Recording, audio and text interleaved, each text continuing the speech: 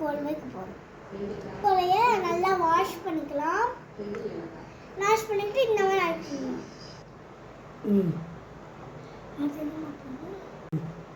மிளகா பொடி போட்டுக்கலாம், மல்லிப்பொடி போட்டுக்கலாம். அது நம்ம இஞ்சி பூண்டு பேஸ்ட் போட்டுக்கலாம். அது கொஞ்சம் உப்பு போட்டுக்கலாம். நல்லெண்ணெய் ஊற்றிக்கலாம்.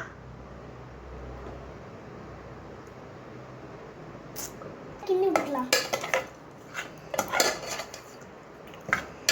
அடுத்து கொஞ்சோண்டி தண்ணி ஊற்றிக்கலாம்.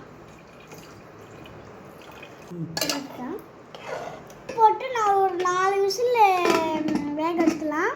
இது வந்துட்டு கிராம்பு, ஏலக்காய், மிளகு, சீரகம்.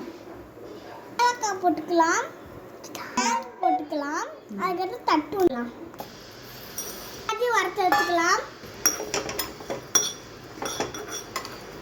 வறுத்து எல்லாத்தையும் மிக்ஸி ஜாரில் போட்டு அரைச்சிக்கலாம். பார்த்தீங்கன்னா இந்த மாதிரி பொடியாக அரைச்சி வச்சுக்கணும். இப்போ எண்ணெய் ஊற்றிக்கலாம். ஓகேவா? இப்போ 2 வத்தல் போட்டுக்கலாம். வெங்காயம் போட்டுக்கலாம்.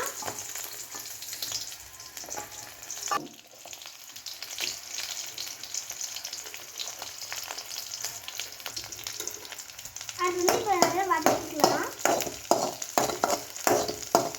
கருவேப்பிலை போட்டுக்கலாம். வச்சு கறியை போட்டுக்கலாம். இப்போ நல்லா வதக்கி விட்டுக்கலாம். கொஞ்சம் வந்துட்டு தண்ணி ஊற்றிக்கலாம்.